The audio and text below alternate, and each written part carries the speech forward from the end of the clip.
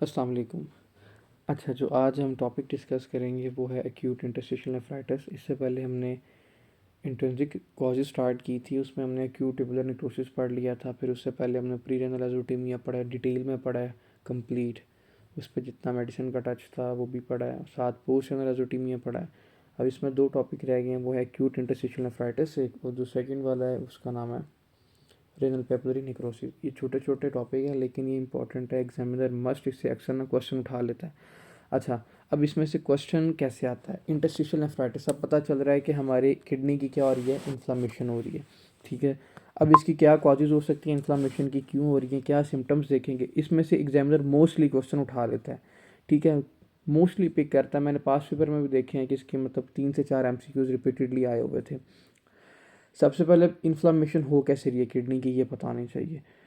इसका क्वेश्चन ना most likely आपके ना ड्रग हिस्ट्री के साथ आता है कि एक पेशेंट है, उसको मतलब कि वो फीवर है, उसको अपर रेस्पिरेटरी ट्रैक इन्फेक्शन है, वो इतने दिन से मतलब फॉर एग्जांपल पेंसिलिन यूज़ कर रहा है।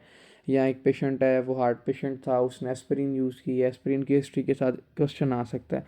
मोस्ट लाइकली या आपके इन्फेक्शन के साथ आएगा, या आपकी एस्पिरिन जो एनसेड non steroidal anti inflammatory drug है उनकी हिस्ट्री के साथ क्वेश्चन आ सकता है। अच्छा, पेंसिलिन का आएगा तो कोई ना कोई किसका जिक्र करेगा, आपके इन्फेक्शन का जिक्र करेगा बॉडी में। कौन से इन्फेक्शन का? बैक्टीरियल इन्फेक्शन का करेगा। डायूरेटिक्स का जिक्र करेगा तो या तब करेगा जब बॉडी में क्या हो जाता है, एडिमा हो जाता है, मोस्ट लाइकली तब इसका वो जिक्र करता है। अच्छा, अब ये होता क्यों है, किन में ये कॉमन होता है? मोस्ट लाइकली इसकी जो कॉजेज़ होती हैं वो मैंने आपको पहले बता दी हैं किस वजह से हो सकता है। ये ड्रग हिस्ट्री की वजह से हो सकता है, कोई ना कोई ड्रग्स की वजह से। उसमें कौन कौन से हो सकते हैं? उसमें पेंसिलिन हो सकता है, ठीक है। और इसमें क्या हो सकता है पेंसिलिन के अलावा? Non steroidal anti inflammatory drug हो सकते हैं, ठीक है। उसके अलावा इसमें डायूरेटिक्स हो सकते हैं, ये जो लूप डायूरेटिक्स होते हैं, थायरोजाइड डायूरेटिक्स होते हैं, ये हो सकते हैं, ठीक है। और इसके अलावा इसमें रिफेम्पिन ड्रग हो सकती है, ये भी करवा सकते हैं, ठीक है। कुछ ड्रग्स हैं वो हम इसको डिटेल में जब डिस्कस करेंगे मैं आपको बताऊंगा ये ड्रग्स कैसे करवाती हैं। अच्छा, बल्कि मैं अभी बता देता हूँ ये ड्रग्स करवाती कैसे हैं। आपका क्या एक्यूट इंटरस्टिशियल नेफ्राइटिस, आपके जो ड्रग है ना, ये वाले जो जितने भी ड्रग्स हैं ये वर्क करते हैं एज अ हेप्टेंस। हेप्टेंस अब क्या होते हैं? हेप्टेंस आपकी प्रोडक्शन करते हैं किसकी? एंटीबॉडीज़ की। जब आपकी एंटीबॉडीज़ की उसने प्रोडक्शन ज़्यादा से ज़्यादा कर दी इन ड्रग्स ने, ठीक है। और साथ इजिनोफिल्स को भी इसकी भी प्रोडक्शन को क्या करते हैं? इन्हेंस करते हैं। इजिनोफिल और आपकी एंटीबॉडीज़ मिल के आपके जाके इन्फ्लामेशन करवा देती हैं, किसकी? किडनी की करवा देती हैं, ठीक है। इंटरस्टिशियल की क्या करवा देती हैं?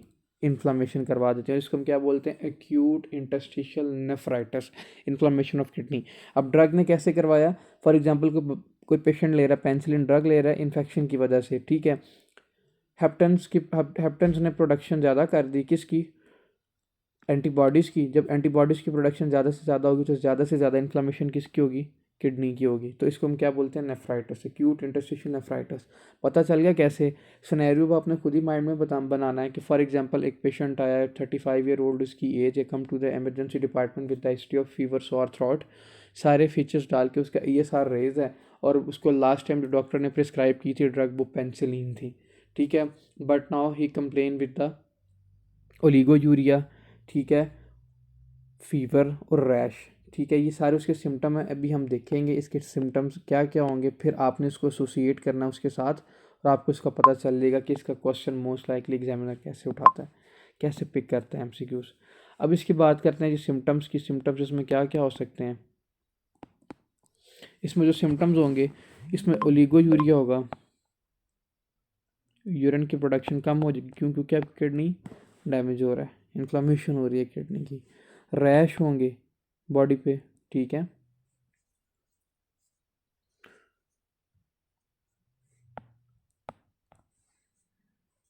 और ना इसमें एक जो की फीचर है वो इजिनोफिल्स का लेवल भी बताएगा कि इजिनोफिल हम किस में देख रहे हैं?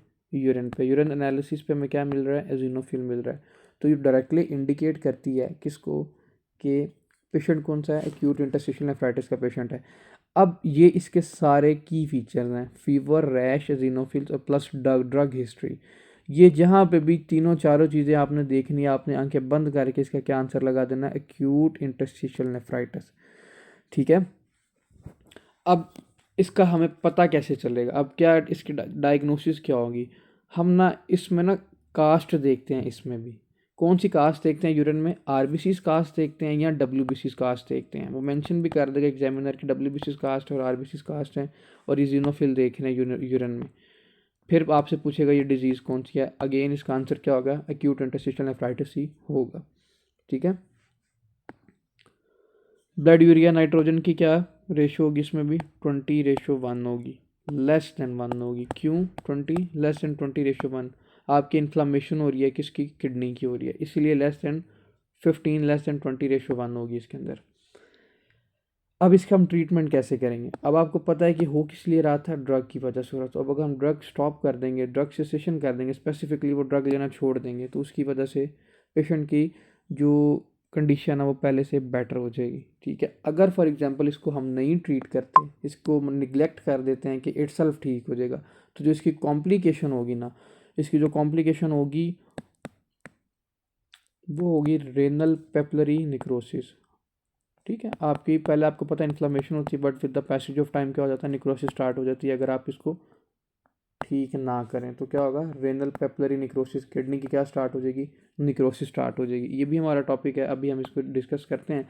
पहले एक दफ़ा जो हमने ये टॉपिक पढ़ा है एक्यूट इंटरस्टिशियल नेफ्राइटिस, अपनी बुक से भी रीड आउट कर लेते हैं, पिथोमा से भी कर लेते हैं और फर्स्ट एड से भी पढ़ लेते हैं। Acute interstitial nephritis, drug induce hyper sensitivity involving the interstitium and the tubule. ठीक है। इन्फ्लेमेशन हो रही है किसकी, ट्यूब्यूल्स की और इंटरस्टिशियम की, result in acute renal failure, intrarenal azotemia. Intrarenal azotemia cause करवाता है ये। कॉजेज क्या हो सकती है, non steroidal anti inflammatory, aspirin वगैरह ले रहा है कोई ना कोई, पेंसिलिन ले रहा है। ठीक है। मॉक्सिलिन के साथ हिस्ट्री दे सकता है। और डायूरेटिक्स में क्या, लूप डायूरेटिक आ सकते हैं, थायराइड डायूरेटिक्स आ सकते हैं। एडिमा या हार्ट फेलियर की हिस्ट्री डाल के वो क्वेश्चन दे सकता है।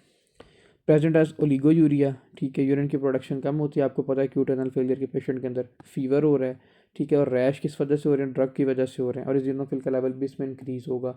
और हेप्टन्स भी, हम हेप्टन्स क्या इसमें करते हैं, एंटीबॉडीज़ की प्रोडक्शन करते हैं। इस पर आप यहाँ पे पेथोमा पे मेंशन कर लीजिएगा।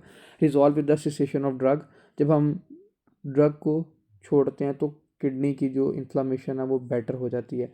अगर इसको ट्रीट ना करें तो इसकी कॉम्प्लिकेशन क्या हो जाएगी, रेनल पेपलरी निक्रोसिस हो जाएगी। ठीक है। ये आपने सारे इंपॉर्टेंट पॉइंट इसके याद रखने, इसको एक दफ़ा रीड आउट कर लेते हैं अपनी फर्स्ट एड से भी, वहाँ पे उन्होंने क्या मेंशन किया हुआ है।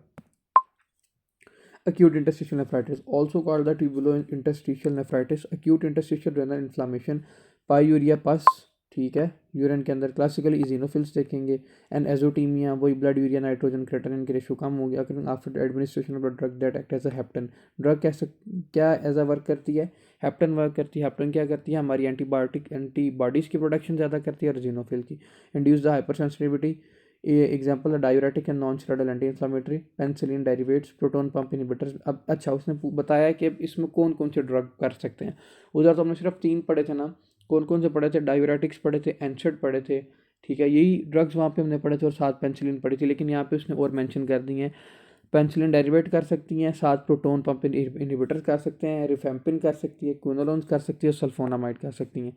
ठीक है। ये रिफेम्पिन और ये सल्फोनामाइड, ये जो सल्फोनामाइड है ये भी आपकी एंटीबायोटिक है।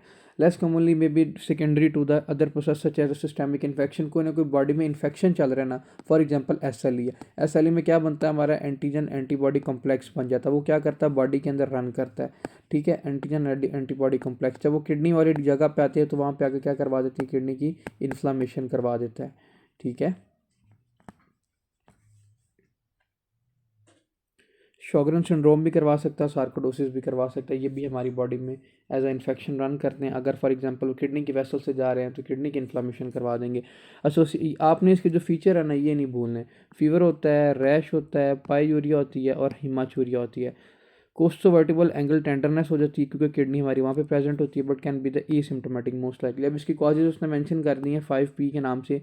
डायूरेटिक्स कर सकते हैं, पेन फ्री एंचर्ड कर सकते हैं, पेंसिलिन, सेफ्लोस्पोरिन मोस्ट लाइकली ये भी कर सकती है, प्रोटोन पंप इनहिबिटर मेप्राजोल वगैरह कर सकती है, रिफेम्पिन कर सकती है, सल्फा ड्रग्स कर सकती हैं। 5P से उसने याद रखा है। पी, पी ज़्यादा तो diuretic, pain free non steroidal anti inflammatory drug, penicillin P से, प्रोटोन पंप इनहिबिटर्स, रिफेम्पिन PRS में भी, और सल्फा ड्रग्स कर सकती हैं। ये आपने याद रखनी है, 5 ड्रग्स इंपॉर्टेंट है। अच्छा, जो अगला टॉपिक है वो है renal papillary necrosis. Renal papillary necrosis भी इम्पॉर्टेंट है।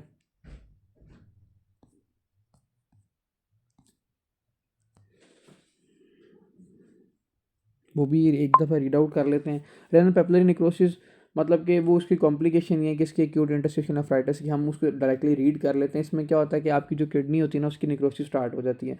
आपको पता है नेक्रोसिस कब स्टार्ट होती है? जब उसको किडनी की तरफ इस्कीमिया, मोस्ट लाइकली इस्कीमिया हो जाता है, किडनी को ब्लड नहीं मिलता तो नेक्रोसिस स्टार्ट हो जाती है। अब इसमें ग्रॉस हीमाचूरिया देखेंगे और फ्लैंक पेन देखेंगे। इसकी कॉजेज़ क्या क्या हो सकती हैं? इसमें कोई लॉन्ग टर्म एस्पिरिन यूज़ कर रहा है, फेनासिटाइन यूज़ कर रहा है, ठीक है, डायबिटीज़ मेलाइटिस है पेशेंट को, वो भी कर सकती है। सिकल सेल एनीमिया, अब सिकल सेल एनीमिया में क्या होता है? सिकल सेल, अच्छा इसमें जो इंपॉर्टेंट पॉइंट है ना वो सिकल सेल एनीमिया का मैं बता देता हूँ, जो इसमें थोड़ा सा डिफरेंट है कि सिकल सेल एनीमिया कैसे करवा सकता है। सिकल सेल एनीमिया में ना जब आपको पता आरबीसी सिकल शेप के बन जाते हैं ना तो वेसल को एक्लूड कर देते हैं। जब वो वेसल को एक्लूड करेंगे, मोस्ट लाइकली रेनल वेसल को करेंगे, तो आपकी जो किडनी की तरफ है वो ब्लड सप्लाई कम हो जाएगी, रुक जाएगी। फॉर एग्जांपल रेनल वेसल बंद हो गई है तो उसकी with the passage of time क्या हो जाएगी? निक्रोसिस हो जाएगी। इसीलिए सिकल सेल ट्रेट और डिजीज़ आपकी क्या कर सकते हैं? रेनल पेपिलरी निक्रोसिस करवा सकते हैं। और सिवियर एक्यूट पायलोनेफ्राइटिस, जो आपका इन्फेक्शन होता है ना, अपर यूटीआई जो इन्फेक्शन होते हैं, पायलोनेफ्राइटिस, वो भी आपका क्या करवा सकता है? रेनल पेपिलरी निक्रोसिस करवा सकता है, ठीक है। Necrosis of the renal papilla present with the gross hematuria and flank pain, इसकी क्या क्या कॉजेज हो सकती हैं? फेनासिटाइन को यूज़ कर रहा है, एस्पिरिन यूज़ कर रहा है। फेनासिटाइन क्या करता है? आपकी प्रोस्टाग्लैंडिन ब्लॉक कराइए। डायबिटीज़ मेलाइटिस वाले पेशेंट में हो सकता है। सिकल सेल ट्रेट और डिजीज़ करवा सकता है। एक्यूट पायलोनेफ्राइटिस भी करवा सकता है। अच्छा, पीछे ना हमने लास्ट वीडियो में वो पढ़ा था, एक्यूट ट्यूबुलर नेक्रोसिस पढ़ा था, इंट्रिंसिक रेनल फेलियर पढ़ा था। उसको हमने ना फर्स्ट शेड से रीड आउट नहीं किया था। उसमें सिर्फ जो इंट्रिंसिक रेनल फेलियर था ना उसका सिर्फ टच दिया था, लेकिन उसको रीड नहीं किया था। हम एक दफ़ा इस वीडियो में इसको रीड कर लेते हैं, अगर किसी ने फॉर एग्जांपल वो फर्स्ट शेड से भी पढ़ना हो तो वो उसका कवर हो जाए topic. Acute tubular necrosis, most common cause of the acute kidney injury in the hospitalize patient. ये एमसीक्यूज आ जाता है कि हॉस्पिटलाइज पेशेंट के अंदर कौन सी मोस्ट कॉमन होती है? वो होती है आपका एक्यूट ट्यूबुलर नेक्रोसिस होता है। Spontaneously resolve in many cases, can be the fatal especially during the initial oliguria phase. Fraction excretion sodium 2% से ज़्यादा हो जाती है। वो हमने सारा डिस्कस किया था कैसे, जब हमारे एपिथेलियल सेल डैमेज होती हैं तब इसकी 2% से ज़्यादा हो जाती है। की फाइंडिंग इसमें क्या होगी? ग्रैनुलर कास्ट देखते हैं। मैंने आपको बताया था कि जब हमारे एपिथेलियल सेल डैमेज होते हैं डेब्रिस वहाँ पे इकट्ठा होता है, डेब्रिस हमारा फिर यूरिन में आता है और क्या? ब्राउन मडी कास्ट, जो हमने डिस्कस किया था ना ग्रैनुलर कास्ट, वो ऐसे बनता था। 3 स्टेजेस होती हैं। इंसिटिंग इवेंट होता है इसमें, मेंटेनेंस फेज होती है जिसमें क्या होता है 1 से 3 वीक तक रहती है। हाइपरक्लीमिया, मेटाबॉलिक एसिडोसिस हम इसमें देखते हैं, सारी वही बातें। रिकवरी फेज में क्या होता है? Polyuric blood urea and the serum creatinine इसमें कम हो जाती है। Risk of the hypokalemia and the renal wasting of other electrolyte and minerals. अच्छा, उसने बोला कि रिकवरी फेज में ये होता है कि ब्लड यूरिया, नाइट्रोजन, क्रिएटिनिन का लेवल गिर जाता है, फॉल डाउन कर जाता है। हाइपोक्लीमिया हो सकता है क्योंकि अगर फॉर एग्जांपल आप हाइपरक्लीमिया को ट्रीट कर रहे हो तो आपने डोज ज़्यादा दे दिया। फॉर एग्जांपल आप इसको कैल्शियम ग्लूकानेट दे रहे हो, इंसुलिन दे रहे हो, तो with the passage of time उसके अंदर हाइपोक्लीमिया होने के चांसेस है। क्यों? क्योंकि पोटाशियम को शिफ्ट करती हैं किधर से? ब्लड से सेल की तरफ करती हैं। अब इसकी क्या क्या कॉजेज हो सकती हैं? वही इस्कीमिक हो सकती है और नेफ्रोटॉक्सिन हो सकती हैं। 2 कॉजेज हो सकती हैं। इस्कीमिया में क्या होगा? ब्लड फ्लो किडनी की तरफ कम होगा, same like pre renal azotemia, result in the death of the tubular cells that may slough into the tubular lumens. PT and the proximal tubule and the thick ascending इसमें most likely susceptible होते हैं injury के। वही सारी बात, कोई इसमें नई बात नहीं लिखी हुई। नेफ्रोटॉक्सिक इस क्या होते हैं? Secondary to the injury result from the toxic substance, example aminoglycoside. हमने ये मोस्ट कॉमन पढ़ा था जब मैंने आपको वहाँ पे बताया था। आपकी जो टोब्रामाइसिन वो कर सकती है। रेडियो कंट्रास्ट एजेंट हो सकते हैं, लेड हो सकता है, सिस्प्लास्टिंग हो सकता है, इथाइलिन ग्लाइकोल। और इसमें क्रश इंजरी, ये जो रेब्डोमायोलाइसिस उसने बोला था ना कि मसल्स की ब्रेकडाउन होती है, मायोग्लोबिन रिलीज होता है, किडनी में जाकर डिपॉजिट होता है और डैमेज करता है। हीमोग्लोबिन यूरिया भी हो सकता है।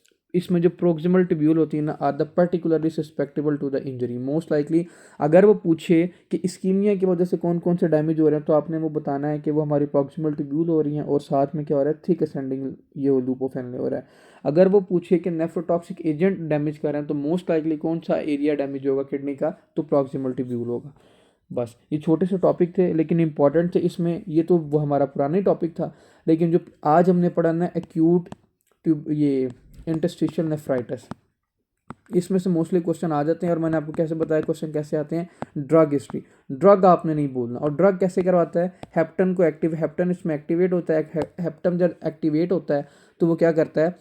एंटीबॉडीज़ की प्रोडक्शन करता है, इजिनोफिल्स का लेवल इंक्रीज़ करता है। जब एंटीबॉडीज़ और इजिनोफिल का लेवल इंक्रीज़ करेगा तो किडनी वाली जगह पे जाके वो क्या करेगा, हमारी इन्फ्लामेशन कर देगा। ठीक है, इस तरह ये सारा करवाता है प्रोसेस। अगर किसी का भी कोई क्वेश्चन हुआ है इससे मज़ीद, वो कमेंट सेक्शन में पूछ सकता है।